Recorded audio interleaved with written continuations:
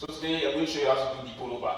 There is a debate ongoing now as to which muscle the pullover actually works, the chest or the back, to show how versatile this particular workout is. If done correctly with the proper form, you feel it in a lot of places. Hence the word compound. We all know that compound workout works more than just one muscle at a time.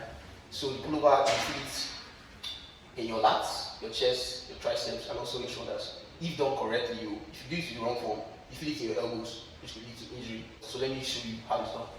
So first, you want to make sure you are perfectly positioned on the bench. You lie down, you lock your elbows in. Don't flare your elbows out. You lock them in, down to your chest. Then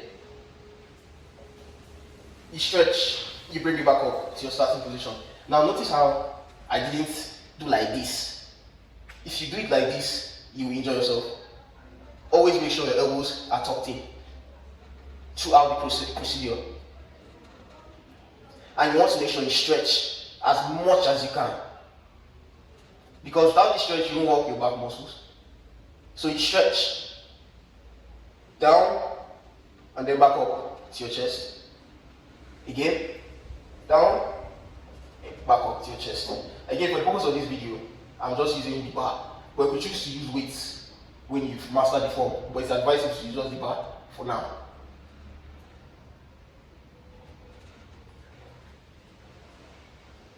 Repeat for reps, for like 15 reps for 3 sets.